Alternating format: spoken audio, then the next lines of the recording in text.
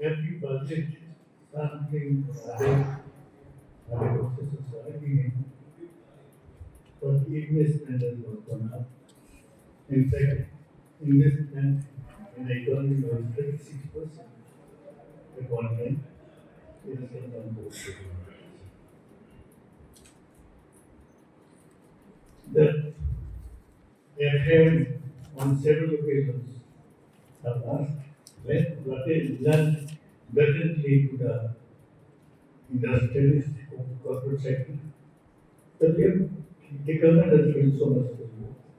Why is it that the voting is it did not happen? I'm sure in the course of the case there's some things. And manufacturing sector is critically important, particularly in the corporate sector. Our going labor force.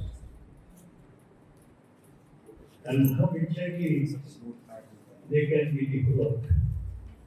Their political things, and then I'm sure it will guide it. I look forward to hearing from him what they will say on the what he is. I request, I guess, to take over and thank you.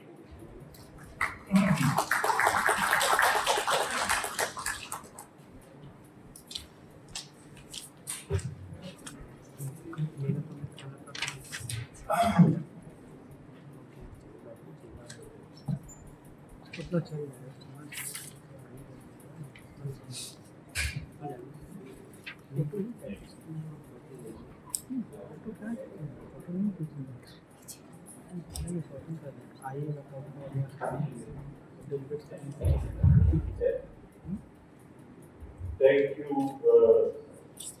Chair, for the very generous introduction. Professor Rajeev, my very old friend and president of ISID, and also member of the board of ISID, and Professor Debnath, again, very distinguished person in the beginning of the ISID, member of ISID board, and of course, chair of the session, Professor Atul Sarma, and all the very distinguished friends and students of this very prestigious and very unique institution of the country. I'm very delighted to be here as part of the ISID. I have had very old association with this organization, but of late I have not been very active in this. But this year, due to the inspiration of Professor K. who I involved in very high esteem as my teacher, I am here and happy to be reconnected with this important institution. So today, this talk, I want to share with you some key highlights that we found in the process of preparing this flagship report of ISID, which is India Industrial Development Report 2024. It's just been out, and we are making presentations in different places, last week in India Econometric Center, and soon to be visiting to the Ministry of Commerce. So, this report is about our collective frustration, as Chairman mentioned, why we are not able to harness India's potential, which we all believe is critical for achieving India's aspiration to become a developed economy. Developed economy is not a goal in terms of just per capita income rising to certain level, but it is about providing, some comfortable level of living to everyone, some basic human needs to everyone. So everyone has the equality of opportunity or access to those opportunities which help an individual to exploit his or her full potential. And for that, decent jobs need to be there in the country. So we have had for the last several decades very good growth rate, but the growth rate has been the jobless kind of growth. So if we were to take a stock of our 75 years of development as an independent nation, as a republic, we find that we have a lot of achievements to talk about, including our ability to sustain a rising trajectory of economic growth. As you see on the first chart, you see the trajectory, it is going up, which also helped us to become the fifth largest economy in the world. We also are now the fastest growing major economy, and we are on the way to become the third largest economy. We have managed to lift 500 people out of poverty in the last 4 decades, and very impressive progress in health, education, and provision of other basic communities. We are also a global leader in production of several products. You don't need to, go one by one, but very well-known cases are generic pharmas, vaccines, two-wheelers, compact cars, tractors. We are number one also. We are first, the largest producer of milk and second largest producers of wheat and rice in the world. So many, the list is very long. But the remaining challenges is what we should be worried about, because we have a destination to become a developed economy by 2047. And in that context, the jobless growth. Growth has been there, but it is not producing adequate number of jobs, decent jobs, which means that people, when they grow up and they don't have good, a decent job, they are pushed into or they are locked into informal sector. They do something to survive, which is not covered by some kind of organized social protection. And when there is a shock like COVID a few years ago, they get into extreme poverty. So this is also a reason why 200 million people are still locked into extreme poverty in India, despite so much of progress all around us. Now, job creation, or job creation, is an issue that we all study in economics linked to process called structural transformation. Structural transformation is that people engage in low productivity activities are moved up to work in activities that are higher productive or more productive sectors. So people moving out of informal sector, agriculture to manufacturing, other parts of industry and services. In India, if you look at, we have substituted very successfully an economy dominated by agriculture. Agriculture accounted for 50% of our GDP in 5-6 decades ago. Now coming down to just 15%, 15%. Now, and so we have substituted the agriculture dominated economy by a services dominated economy. So you see this second graph, the share of agriculture has gone down, the share of services has gone up. So there is the structural transformation. With this services-oriented structural transformation, bypassing the industry or manufacturing has not helped us to pull people out of agriculture and go into the more productive sector. So we have a situation when agriculture, which is accounting for only 15% of GDP, sustains 46% of our workforce. And so if you divide the agriculture GDP, which is only 15%, by the 46% of population or workers, you get very low productivity. So overall level of productivity in the country is very low because of our failure to exploit the potential of industry and in particular manufacturing, which can accommodate all these unskilled and semi-skilled people. Because services is creating jobs for very high-end, very high, for educated people who work in ICT services, for instance. And so essentially, the point I'm driving home is that manufacturing is one sector we cannot afford to neglect if we want to create good, decent jobs for everyone.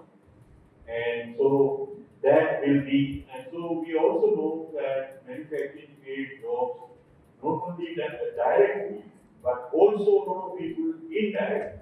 So when a factory is set up in, say, rural hinterland, to produce, say, for instance, tomato ketchup, just to give you one example. So a lot of people will be bringing agricultural products, so tomatoes, for instance, to the factory. So somebody will be driving the lorry to bring the tomatoes to the factory. Somebody will be running a canteen for the workers in the factory. Some people will be working on branding and marketing of the ketchup that will be produced. And some people will be taking them to the market. So those are a lot of associated services also create jobs. So manufacturing creates direct jobs who are working in the factories, but also the ancillary services activities. So a lot of jobs are produced if we put together direct and indirect jobs. So that is, I think, very critical that we focus on manufacturing to get there. This 2047 objective or aspiration to become a developing. Now, just to look at the evidence from cross-country studies, you have this scatter plot of the first top figure. You see a kind of a positive association between the manufacturing activity and population items. Then there are two across the states in India. So higher manufacturing activity in the state driving higher per capita income or lower poverty rates. So the association between manufacturing and prosperity and jobs and poverty is very well very well sort of corroborated. And that is the reason the United Nations, when in 2050 they adopted sustainable development goals, there was a particular goal about manufacturing sector, the goal 9. There was another goal of goal 8, which also talks about manufacturing and creating good jobs through manufacturing sector.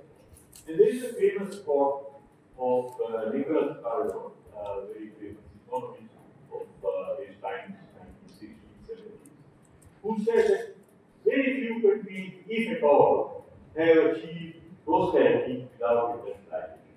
Then he also elaborated which are these exceptions, that when he says very few countries, if at all, have achieved prosperity without industrialization.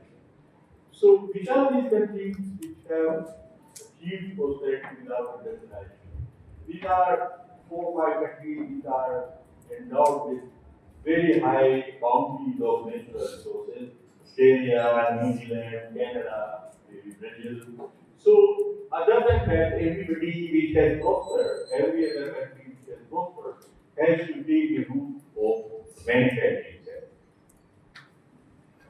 But now, as we try to develop manufacturing, the context has changed. The context of 1990, early part of the century, was such that the world trade and investment were growing at an annual rate of 20% or thereabout. So hyper globalization. That helped countries like China to build manufacturing capacity to feed the global market. World trade was absorbing everything. Those 20% annual growth, was mind-boggling. So we missed that bus, and now the world trade and investment growth rates have come down.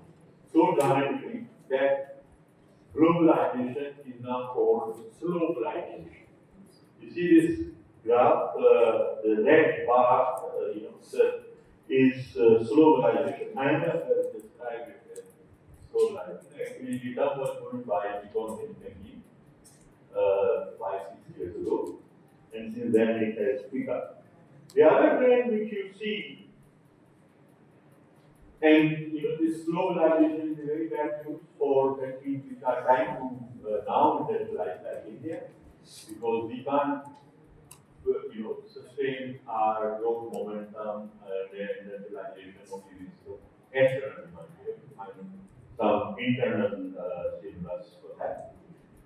The other thing is that whatever retail globalization was happening and outsourcing of production to a particular country, that is being pulled back. I mean, there is a trend toward onshoring or reshoring of supply chains, so there is a very big disruption currently going on. And then biggest champions of global trade, free market like United States and European Union are pursuing very protectionist policies and industrial policy in a very aggressive manner. So there was this term Washington Consensus, which was devised to capture the essence of globalization, digitalization, and privatization. And now, the new Washington Consensus, if you Google it on, you find it is about industrial policy. So there is a bipartisan consensus in the United States about pursuing protectionism and industrial policy to build or revive their own manufacturing. So there are 3 acts in the United States which were passed by Biden administration in 2022. And they have put on the table $1.2 trillion, to be given to the industry for income in the form of incentives, tax breaks, and all that to revive it. Then now you hear a lot of Trump tariffs. Trump is going to take that momentum very far. And so practically every day he announces some tariffs imposed on some country. And India, I don't know if we will be able to escape that. We're trying to negotiate an FTA with them and hopefully. And EU is following the same playbook. What US does, they do it after a few months themselves. So some of the strategic interventions that were earlier used by industrial ISPs, later on they were abandoned as a part of globalization and WTO agreements like domestic trade agreements. They are back. So US is pursuing them and using them very well, very aggressively. Then there are additional complications when we try to industrialize. One is this net zero goals. Every country has to adopt some net zero goals because of this climate change and all that. So they create some barriers. We can't grow the way other industrialized countries grew. So just industrialize, don't bother about pollution. We will clean up later. Now we have to grow and industrialize while also cleaning up or decarbonizing. And then this new AI revolution or industry 4.0, which is changing the future of work, and there are a lot of new jobs which are threatened to be exchanged. But it's not that all is lost. India also has certain advantages to build manufacturing capacities, and in particular, a large and fast-growing domestic market which allows scale of production, which is important for economies of scale. But we need to reverse the trend of production outsourcing. Some of our companies we were producing a lot of things from 1960s, 70s onward. Stopped producing them, started to import and brand their own brands. So that will be one opportunity. Supply chain restructuring, which I guess that is happening. So some companies are trying to reduce their dependence on one source, which is China, because of any disruption, will throw them out of here. So they are looking at alternative, destinations for doing their production. And Vietnam was initial favorite, Mexico was another initial favorite, but these countries or these locations are saturating very fast. And Vietnam is only a labor market of 30 million people, and it is very quickly saturating. Wages have gone up by 35%. So now India appears to be one country which has potential to fill this gap. And the other thing is that this supply chain restructuring happens in the form of the friend showing, that the countries want to go to countries which are friendly with their own country. And so India has an advantage. Our foreign policy, as you know, has been very non-aligned in the concept, in the sense that we don't want to be tied up with a particular power, and we are friendly with the region. So on the eastern side, we are friendly with Japan, Korea, Australia, ASEAN countries, Taiwan. On the western side, we are very friendly with the United States, EU, EFTA, UK, UAE, and all. So this is proving to be an advantage. Demographics, which spoke, about the youth bulk in our demographic transition, which means we will have, if not already, the largest workforce in the world. As other countries like Japan is aged, Korea is aged, China is aging very fast, Europe is aged. So we are a youth-burning kind of country with indefinite supply of workforce, which is an advantage. Our, this late industrialization, at least in one respect, is also an opportunity to leapfrog into more sustainable type of industrialization. And our ICT software and chip design ability, a lot of multinational companies from United States come and do the design and software development in India. So that capacity could also help us in taking a leadership position in the digital revolution or AI.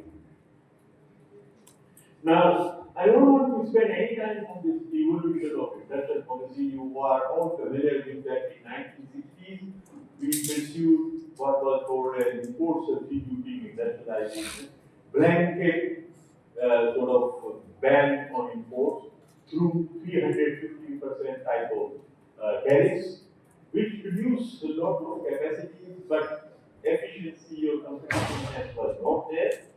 Then, from 1991 onwards, we adopted reforms, economic reforms, and this liberalization and global economic integration. So, new industrial policy was working, and we abandoned a lot of the industrial licensing system, import licensing, and very heavy tariffs were brought down to about 10% kind of.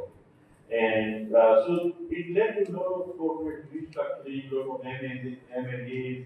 Many companies ceased to exist, and there were some premature deindustrialization, where I was talking about some companies started to outsource production to cheaper locations like China, and it wanted to get back. The trade deficit went up, but services we had a surplus, so that has been able to manage our balance of payment situation. It was kept managed. So from 2014 onwards, there was another trend. We realized that we need manufacturing and industry. So the Make in India program, the revival of industrial policy, and then ease of doing business, raising API elements, improving logistic infrastructure, production linked incentives. So you hear a lot about that. So all of that happened the last 10 years. So just very quickly looking at what we have over time achieved. So India has developed a very diversified manufacturing base. So if you see this figure, the textiles was 20% of India's industry, 73, 74. Now it is reduced to just 4% of our this manufacturing value added. And that means the other industries which were very tiny have come up and expanded. So very diversified industrial base, and it is fifth largest in the world. So we are concerned sometimes about the share of manufacturing stagnating around 17%. That is because it's a share. In absolute terms, we are always expanding, and share is not growing or stagnant because services have been growing faster than manufacturing, and so manufacturing is growing almost at the same rate as the GDP growth rate, so its share is not moving up. Yeah. Yeah, so the other thing is that in diversification, we have moved towards more technology intensive sectors. And these sectors have also been displaying greater productivity improvements. So this figure, this top line is the productivity growth of technology intensive sectors. But in terms of jobs, the low technology sectors which are blue are still absorbing 42% of organized sector employment. And the total factor productivity contribution, this is a paper by Professor Krishna and Golda in Economic and Political Theory, which showed that manufacturing sector has contributed substantially to our total sector productivity growth. And this figure, based on the conference code data, is an international comparison. So India's performance in terms of total sector productivity growth has not been bad. We are doing reasonably well. Now there is this in this report some analysis of 17,500 manufacturing companies to see how the scale, larger mega companies, larger companies, medium and small, how they perform. So we find that the covered sector recovered from the pandemic shock, but the pandemic actually exposed the smaller firms to, the vulnerability of the smaller firms was very much exposed, and resilience of larger firms. Larger firms found it easier to absorb the shock. Profitability ratios also reflect the advantage of fund size. The larger firms were able to increase the profitability, and larger firms use their higher profitability to deleverage themselves. But indebtedness of smaller firms has gone up. The other thing about this, industrial sector constraints we have talked about is that, most of the successful industrializing countries in the world, including Germany, Brazil, South Korea, China, Malaysia, you have so many examples. Every one of them had strong national development banks lending to the industry. That is how government was able to protect the manufacturing sector and the private industry through supply of credit, directed credit to them. In India, we had three institutions, IDBI, IFCI, and ICICI, created in 1970s, 60s, and 70s. But as part of the reforms, and we got some advice from our Bretton Woods institutions, that would make them universal banks. So they were converted into universal banks or commercial banks. And so as such, today we are left with no institution catering to industry, just in an exclusive manner. And so industry is treated like any other product. So that is not a very healthy situation. So we wondered in this report, creation of a new Industrial Development Bank of India on the pattern of NAFID. NAFID is one of the co-sponsors of this conference, the new institution. So we feel that something like that needs to be created to provide the term lending on a field like this manufacturing sector.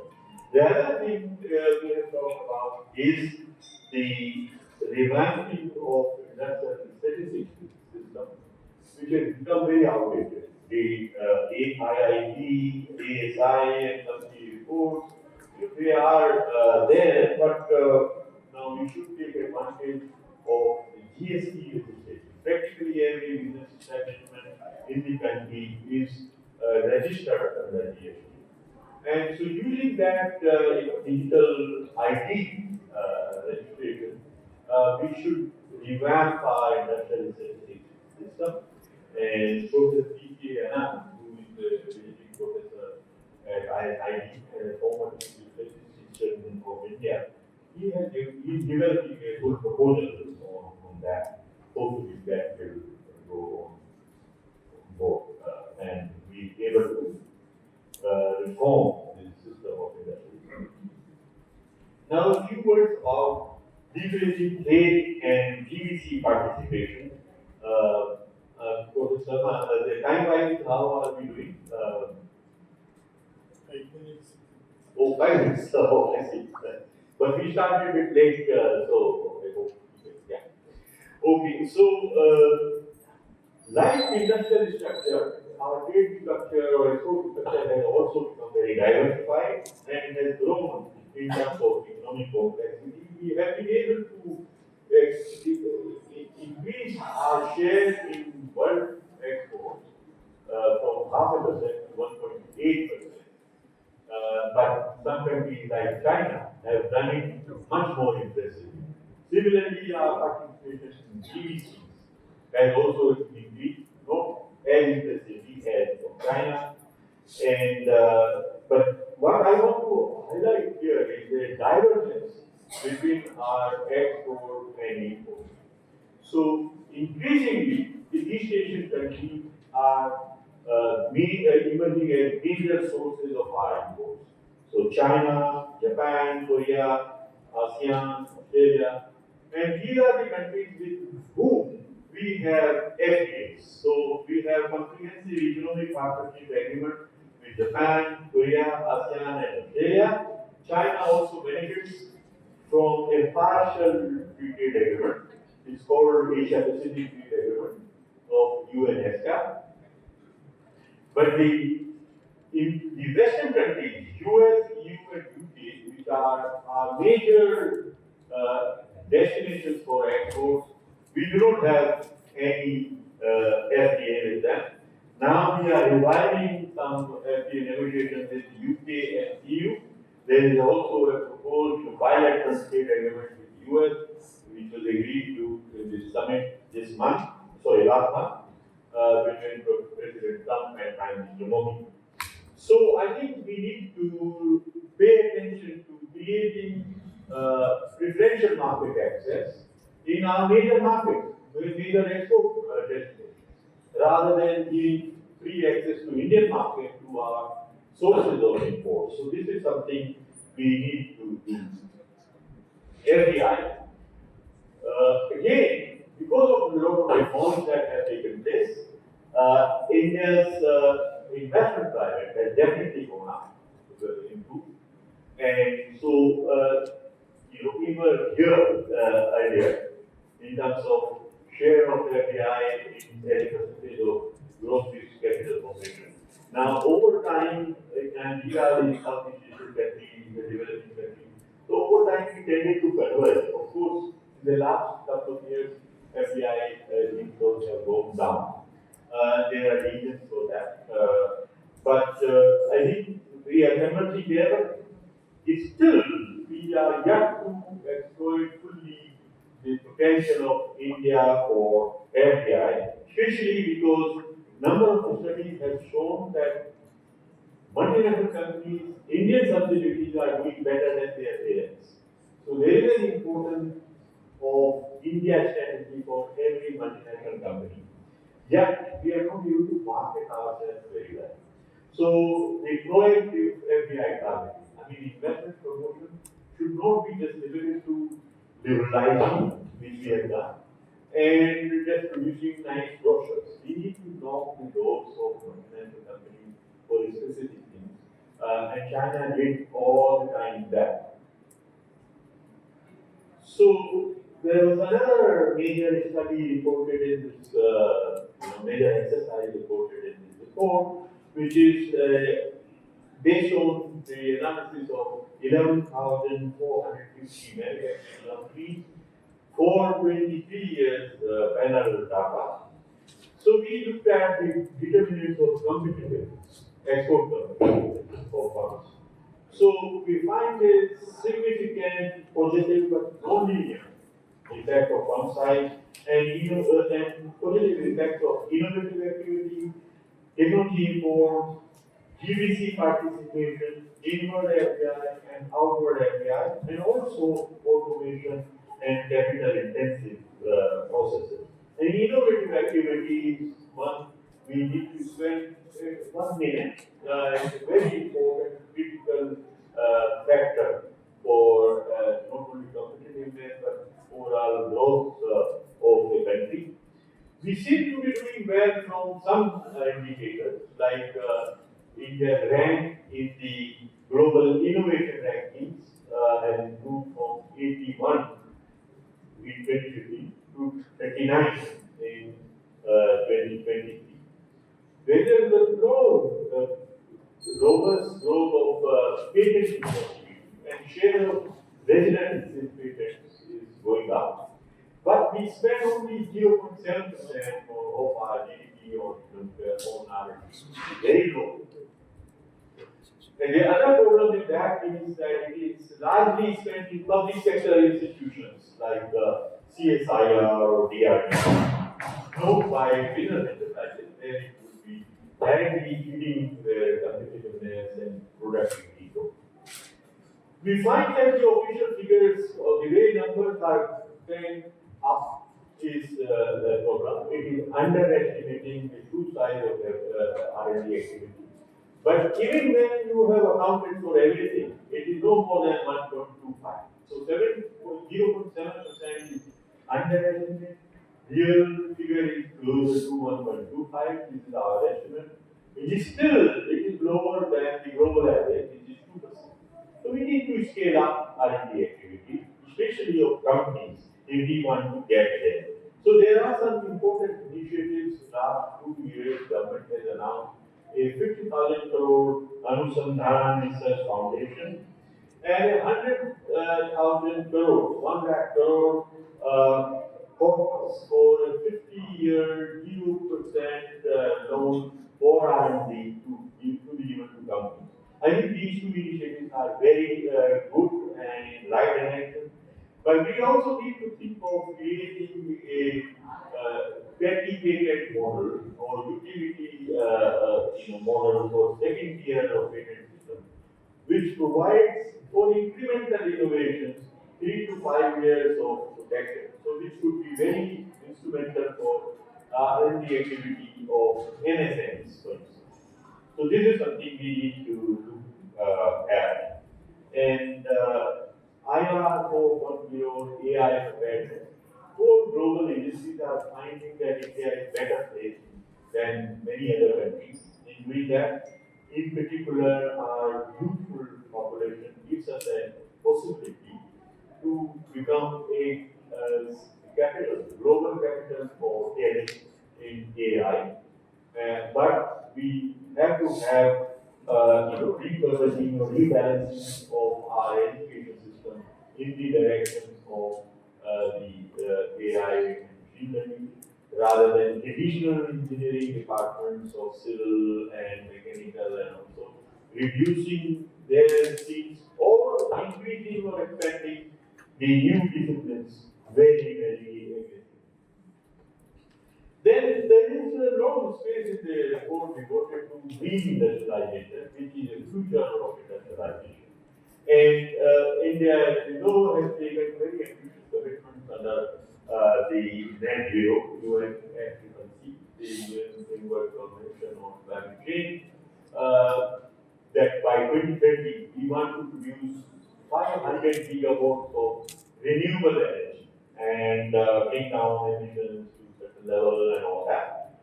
We argue in this report that this ambitious commitment cannot be achieved without a strong domestic manufacturing base.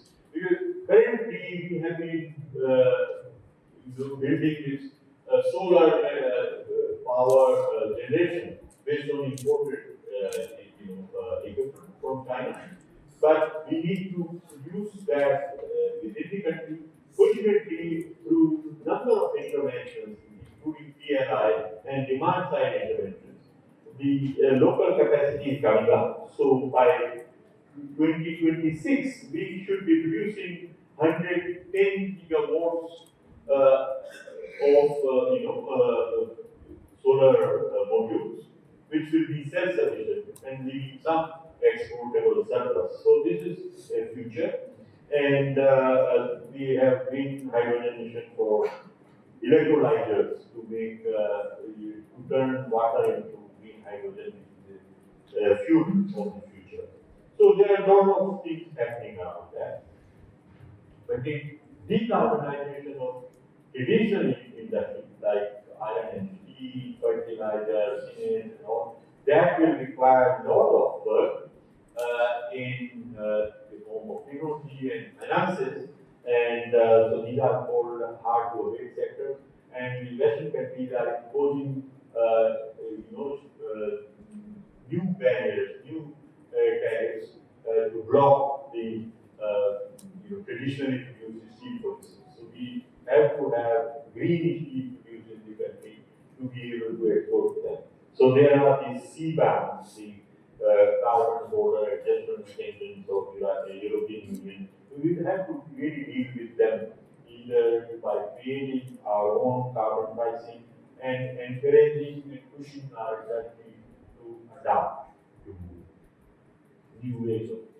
Then the SEBI introduced some rules a few years ago to nudge companies to report the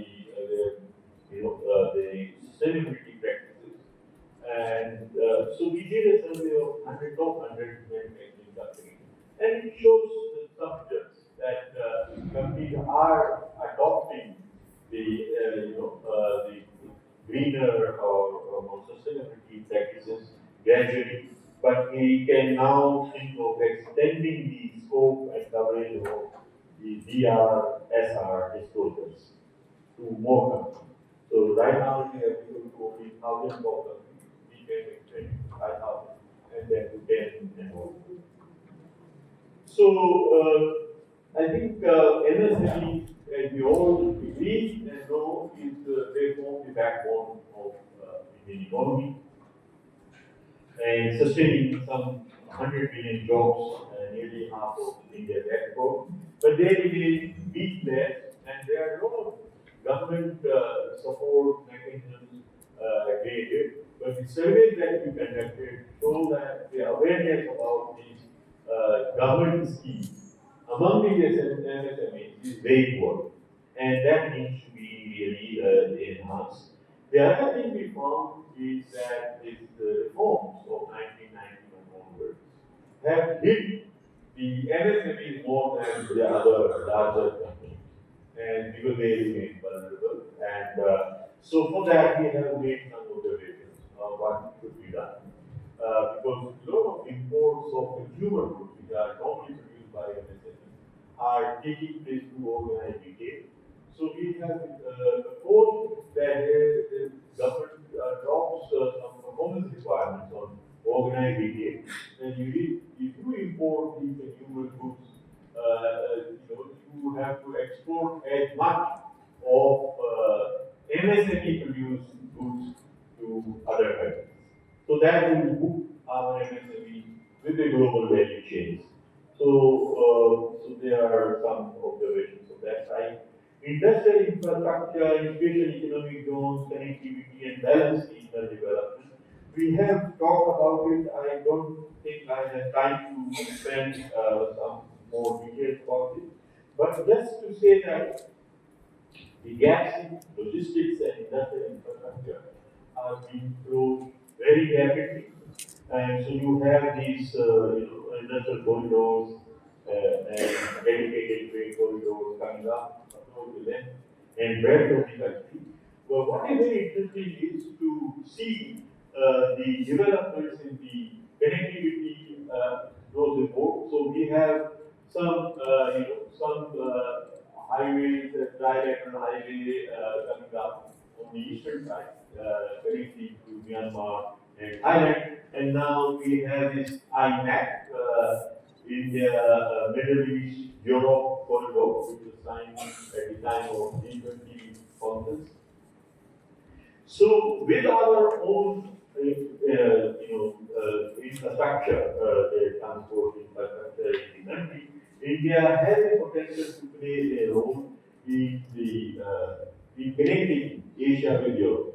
So the trade coming from the eastern side, passing through India and to Europe. So those opportunities are there.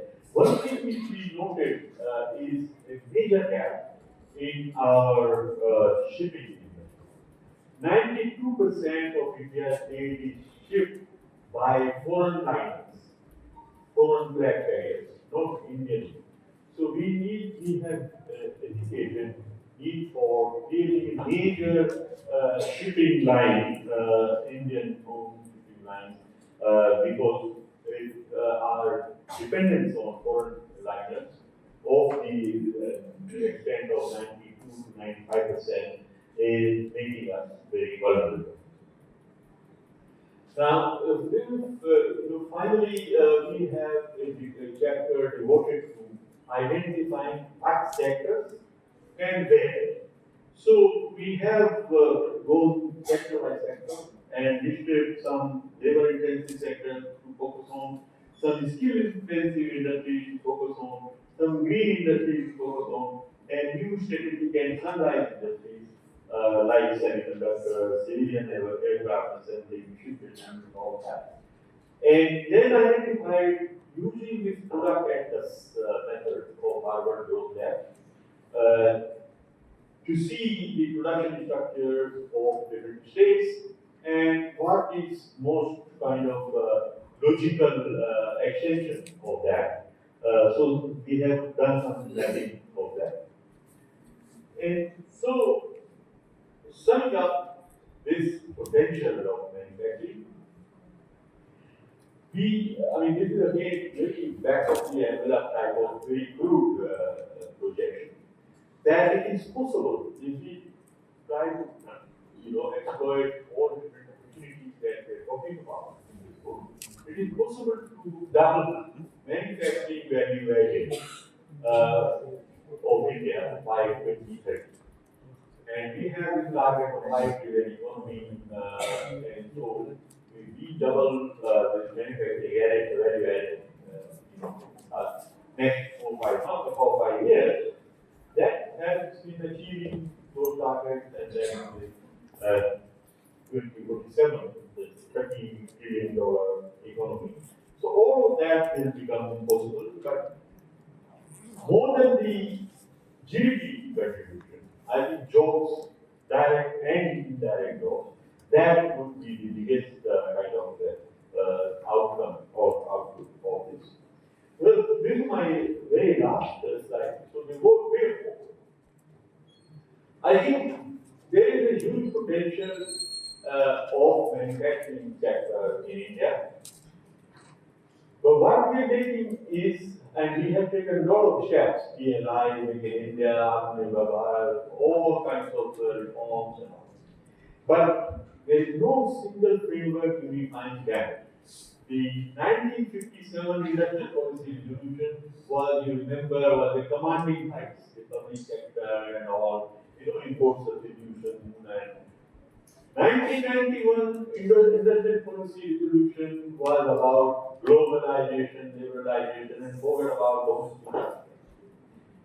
Now, in this new era and new change context, we we need a new unifying paradigm, new unifying industrial policy resolution that specify what we are targeting, what kind of growth of industry and manufacturing we are targeting, what share of global manufacturing we want to aim at.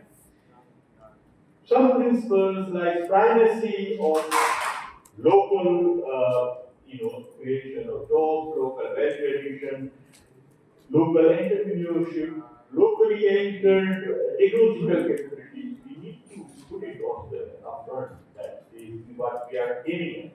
What sectors we will focus on? Keeping in mind our different endowments of labor, skills, natural resources. What kind of approaches to investment promotion we will adopt? How we will foster national champions through including to outward FDI.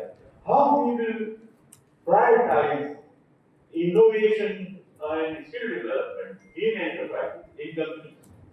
How we will foster and exploit and tap the opportunities for green industrialization. How we will support our own manufacturing through FTA negotiations and multilateral trade negotiations, which give us market access rather than giving market access to our import sources. And how we will prioritize the efficient industrial infrastructure. And I want to mention about competitive exchange rate. It needs to be maintained. And in economic surveys, I detect that our exchange rate in real terms has been appreciated. And then we all economic students know the appreciating exchange rate means we are making imports cheaper and discriminating against domestic production. How that we can reduce and exploit the manufacturing sector with that kind of appreciating Indian terms. And finally, the institutional mechanism. Because industrial policy is not one department, it is across the department. The financing is a part of it, the investment promotion is a part of it, the innovation is a part of it, intellectual property rights is a part of it, the transport infrastructure is a part of it. So we need a very high-powered body, very high-powered institutional architecture to pursue industrial policy in a very strategic manner, and only then it will be effective, and it should be kept updated. So that's where I will stop. Thank you very much for your attention.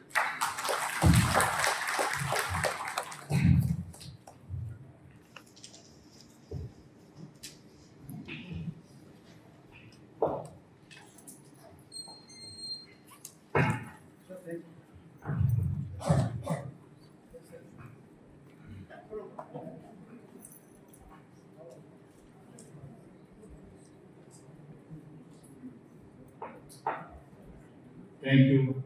Okay. This is really a very rich talk. Only things we have most of the time. So I am sorry that we will not get to give much time for questions. I also will take much time just to say that the talk just giving only one thing that I would like to mention. That when you can all the presentation, gives an information correctly. A lot has been done, but mostly on the supply side. But on the what is happening that we do have a large domestic market, but this is not a domestic, effective domestic market. We are effective only when there is employment relation, which is also important.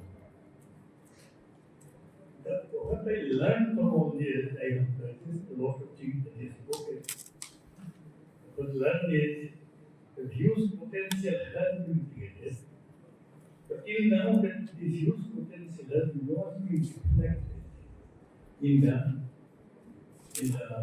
performance of the manufacturing.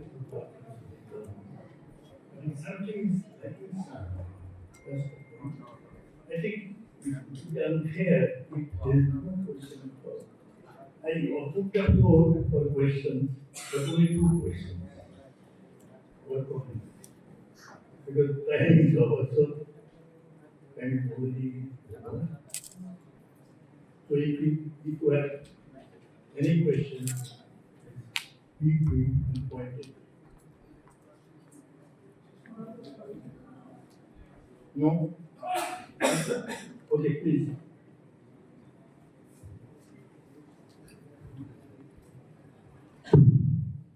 It is often said that the low value manufacturing position which is being vacated by China, India is trying to occupy that low value manufacturing position. How far correct this position? Anyone?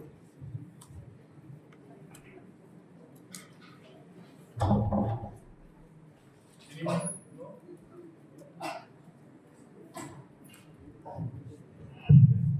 Well, China is not really regulating anything.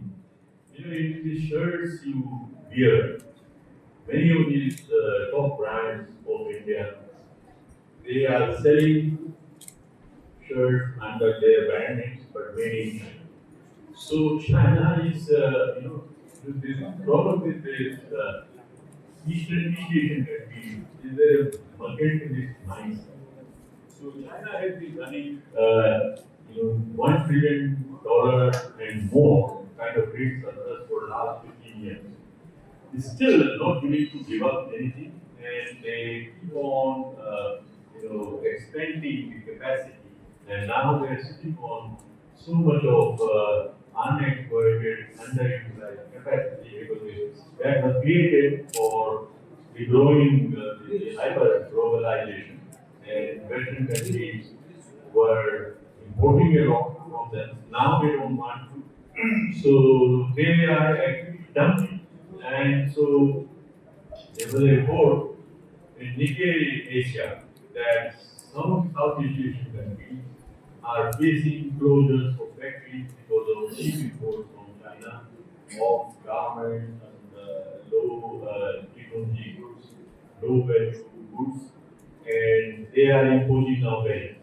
And having lived in Thailand, and Thailand is one country which is hit by that, 2,500 factories have closed down in 6 months in Bangkok because of these cheap imports from China. And so India is very much on the target or radar screen. We need to do something to protect our industry, especially MSME, from cheap imports. And this flying geese, it happened from Japan, Korea, but China onwards, I don't know when it will happen, it should happen. Yeah. So, yes, thank you. Thank you very much. I think pleasure in getting the notes of the notes of the So thank you very much. It's a brilliant thought. We have yet digest many questions that you presented, but it's a very brilliant thought. Thank you very much. Thank you so much, sir, for such an insightful and thought-provoking lecture. As a token of appreciation, we would like to facilitate our esteemed speaker and chair of their presence and valuable contribution of the session. I now request Professor N.D. Mishra, sir, to kindly facilitate Dr. Atul Sarma, sir, and Dr. Nagesh Kumar, sir, with a moment.